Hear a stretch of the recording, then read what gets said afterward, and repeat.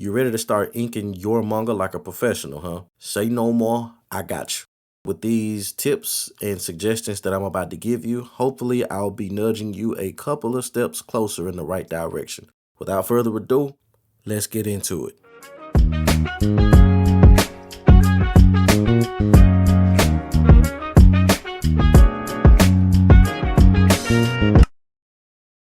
So here I already have my drawing prepared. It is of RASZ, the main protagonist in the series called Clock Striker. It's published by Saturday AM, home of the world's most diverse manga. It's a really great read. You can find volume 1 right now on Amazon.com. You can find it at Walmart, Books A Million, Barnes & Nobles, and probably anywhere else other popular manga is sold.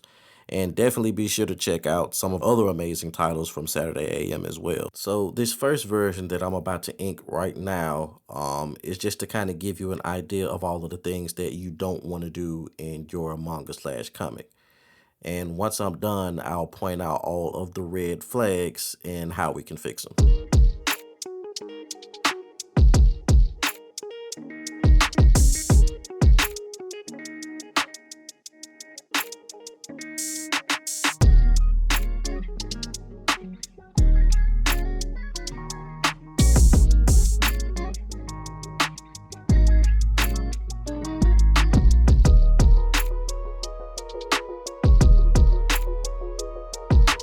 This is just my fantasy version of an imaginary time skip. And so I kind of aged her up a little bit. So this isn't something that you'll find in the actual manga.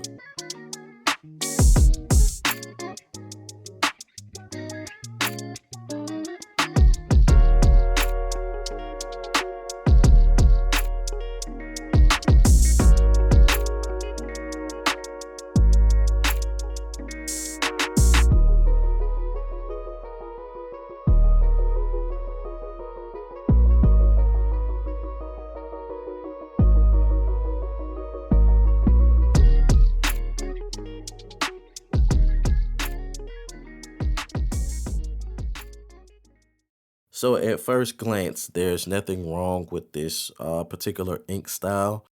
It's nice. You'll see it, from a lot of non-professionals and professionals alike. I can think of 2 popular manga series right now, one being Jujutsu Kaisen and 2, Chainsaw Man. Their art styles are very sketchy. Now, I know a lot of artists will do this to kind of save time and speed up the drawing process so they can get more pages done, which I'm not going to knock. But at the end of the day, these scenes just don't work for me. For example, let's just say this is supposed to be an important moment or scene in your comic/manga. Can this particular sketchy ink style give the audience an idea of what's happening?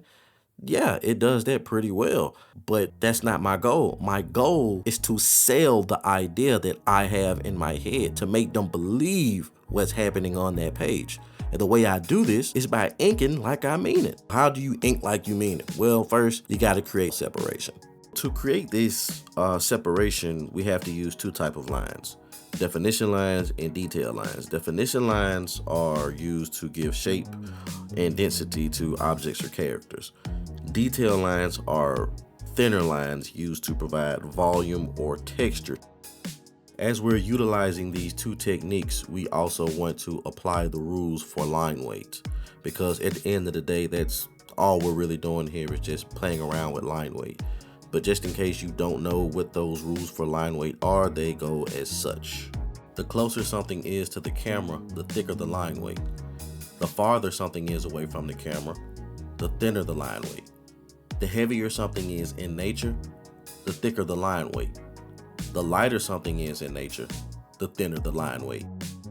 So here I have 2 images from My Hero Academia drawn by Kohei Horikoshi, who is a absolute beast at using some of these techniques. And I'm going to highlight a few of them so you can see them in action. First thing I want to point out here is the foreshortening on Izuku's fingers.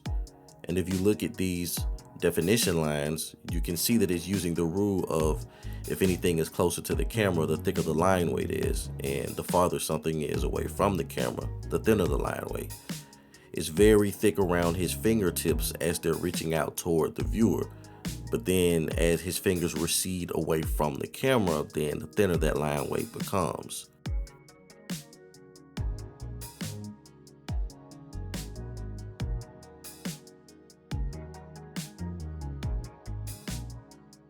Next thing I want to point out is the hoodie that Izuku is wearing. If you look at these definition lines, they're using another rule, which is the heavier something is in nature, the thicker the line weight.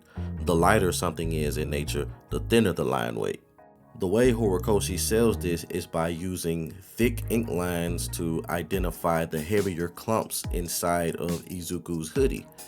And the thinner those clumps become, of course, then he uses a very thin line weight.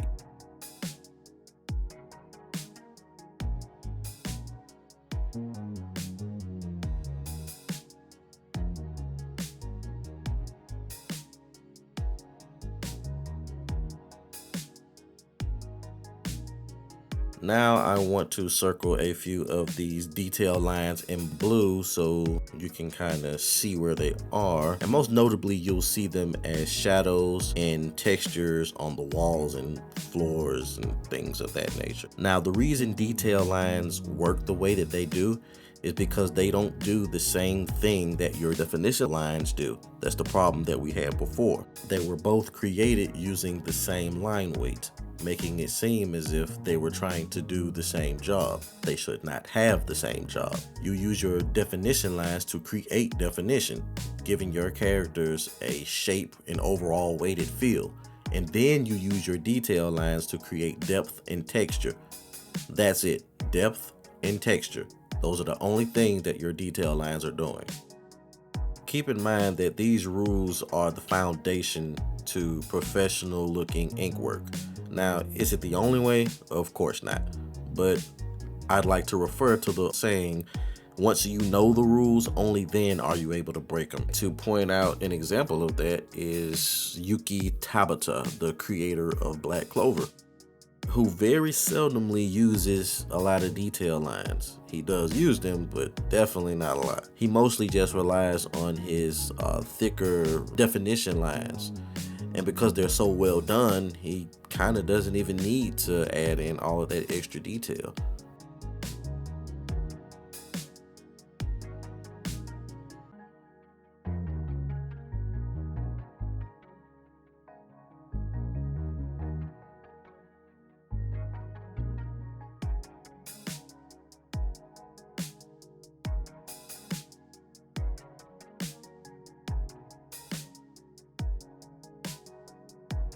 Now I'm gonna go back to my original sketch and I'm going to redraw cast or re-ink her so you can have an idea of just how much livelier you can make your images while keeping these rules and techniques in mind.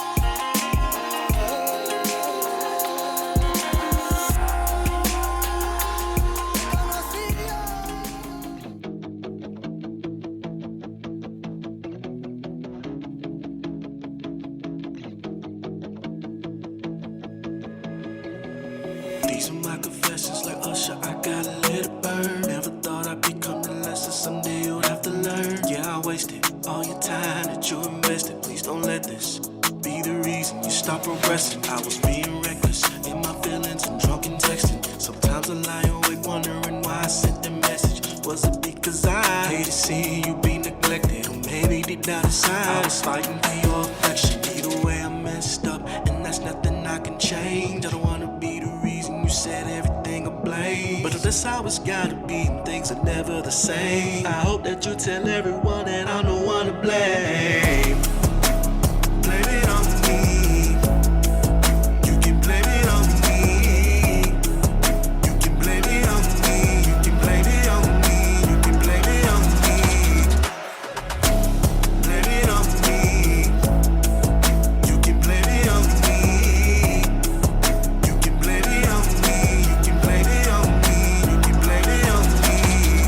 I'm still picking up the pieces from all of this mess I made. So glad you had the courage to get up and walk away. How could I stop you if I'm the cause of all your problems? The reason why you probably never. Voila, there we have it. Cast 2.0 looks a heck of a lot better than the one I did previously, or at least that's just my opinion. You can let me know yours in the comment section. But hey, I hope you guys found this information useful. I'm working on some more videos. If you guys would like to tell me what it is that you want to see, whatever it is that you're having trouble with and want like a tutorial or an in-depth lesson on, be sure to let me know. And I guess whatever I see the most of, then that'll be my next video most likely. Just want to say thank you to all of the subscribers that I have thus far, and thank you just for subscribing, because I only had like one video, a very popular video, and that's thanks to you guys. And hopefully I can get you some more content just like that. Maybe even do a part 2 to that same video, which is digital Copic markers. But yeah, just let me know what you guys want to see, and I'll try my best at helping you get to the next level. But until then, thanks for stopping by, and be sure to like, share, and subscribe.